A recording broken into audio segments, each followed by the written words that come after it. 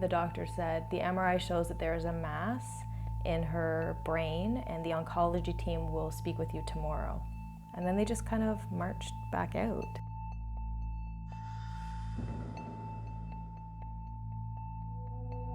No, they stayed and you fainted.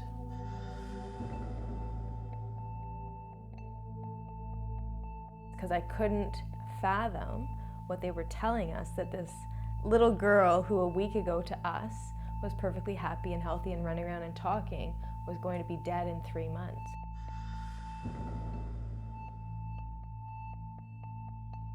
There really wasn't a way to prepare. We never knew when it was coming. They had told us that she could die in her sleep with no notice at all. We took her home, and we said we're just gonna make her life really happy for as long as we can, and so that's what we did.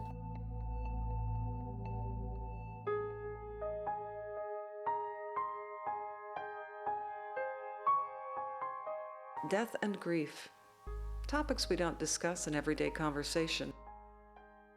But ironically, death is thrust in our faces every day.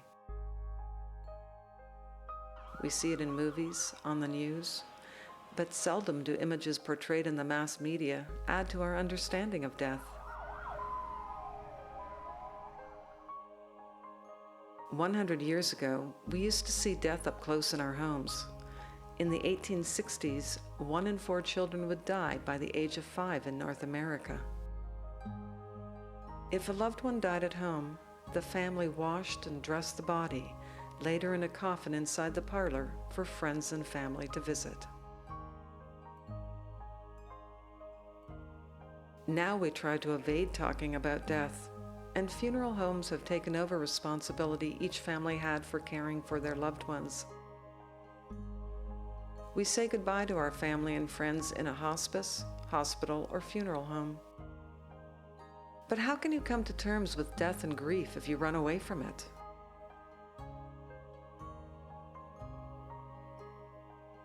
Mishi and Amy ran toward it.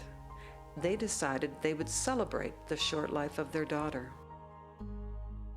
We spent a year and a half flying places and going to all of her favorite places in the world. Stella, where are we flying to? To New York. See you later.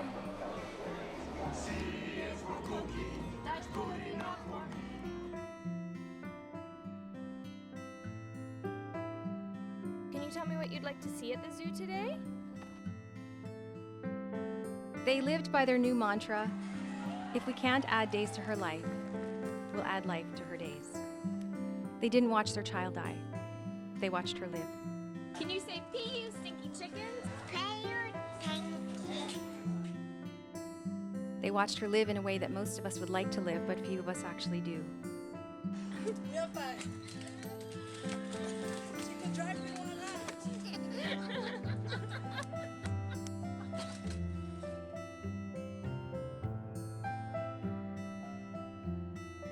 The funeral home had recommended to us Linda Stewart, and she said, I want to meet Stella. If I'm going to do this little girl's funeral, I want to come and meet her. So she came here twice and she spent time with Stella, with our family. She had no problem whatsoever pointing her finger at complete strangers and saying, I don't like you.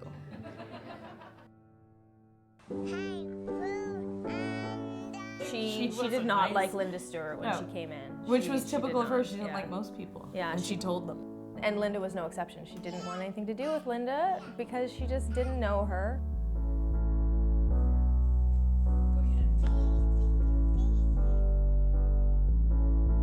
I'm happy to report that I was able to win her over with a green stretchy bracelet and some vanilla ice cream.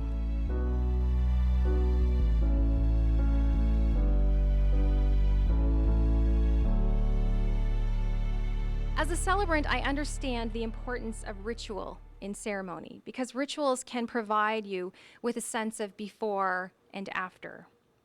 I remember looking forward in the living room and seeing the celebrant on one side of the room and Stella in your arms in the other, and just asking myself how the heck we got here. How are we doing this?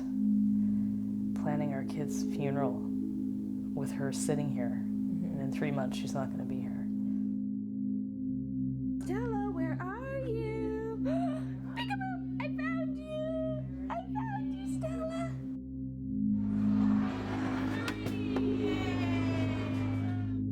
He's kissing your fingers.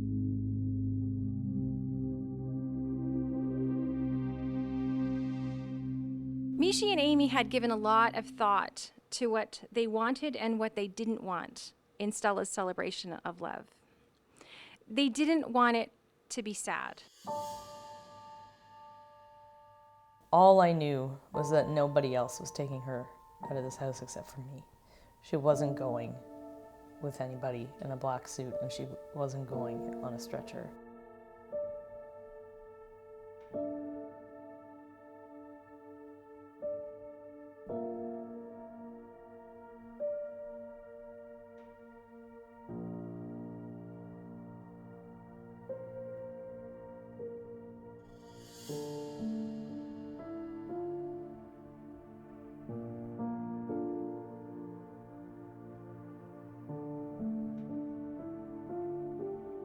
I came up with the idea of why not go to their house in normal clothing, in the lead car, and we carry her out.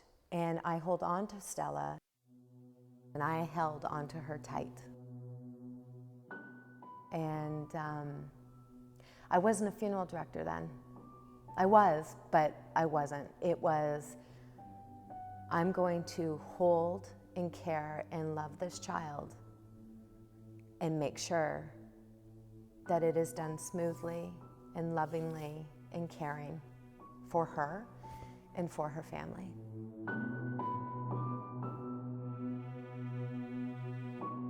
The thing about grief is that it comes out of nowhere and it hits you right between the eyes when you least expect it. What I grieve is still the loss of the dream. I still have trouble grieving my daughter. I always dreamed of doing lots of things with my daughter.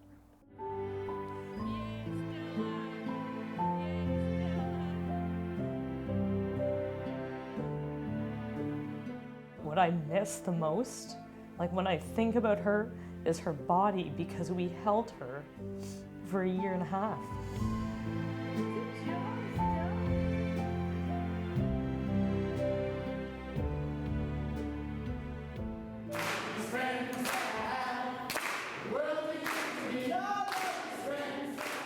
When we're able to connect in creative and meaningful ways with other human beings, our feelings of loss and emptiness can, over time, transform into feelings of hope and gratitude.